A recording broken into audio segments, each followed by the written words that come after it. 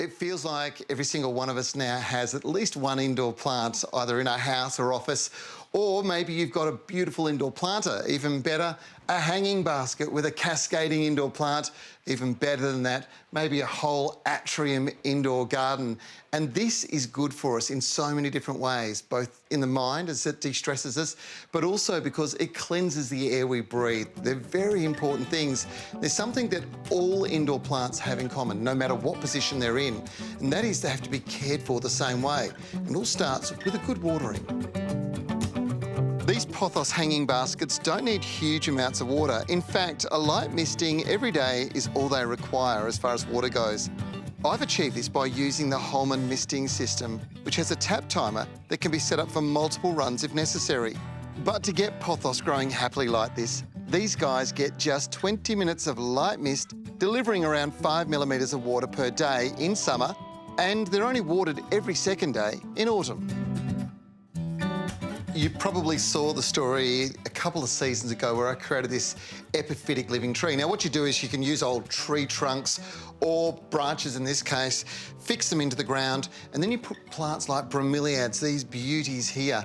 And these occur naturally in environments just like this. They're what they call epiphytes. They grow on the side of trees or in the forks of trunks, and they really grow out and they just use organic material to get growing.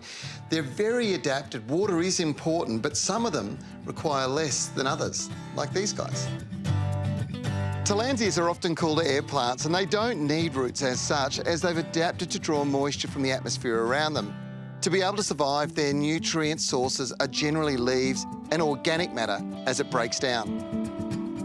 And then there's these plants, indoor plants that are grown in pots. They present some of the biggest challenges for you, but it doesn't have to be that way. In fact, most indoor plants die from too much love.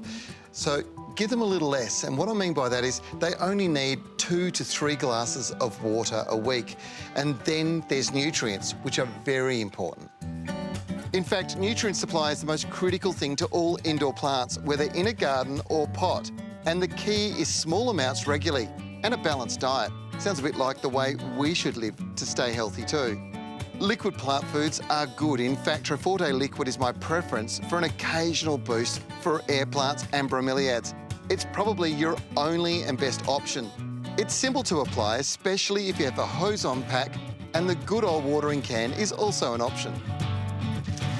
Now, the real key to success for me is feeding plants in a consistent way. Indoor plants require a complex diet of nutrients delivered consistently over a long period of time, and that's why we rely on this brand. This Trev technology is fabulous, and I've talked about it a lot, but for indoor plants, it's just incredible because not only do you get that complex diet being delivered over a long period of time, you're also getting all those beneficial soil microbes that are enriching and enhancing the soil, improving the plant's whole functionality.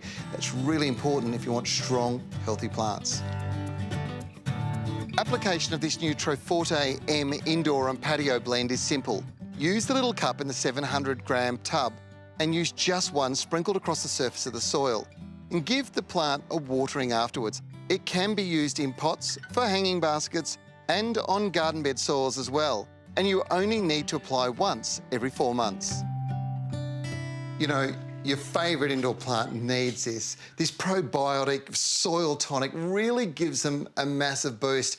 And with all the nutrients that are in it, you'll see fantastic growth. It reinvigorates them, no matter whether they're a bit tired or whether they're already still happy. What you do need to do is remember that you need to apply it now in autumn and again in springtime to get strong, sustainable growth. And look at that. They look fantastic, don't they?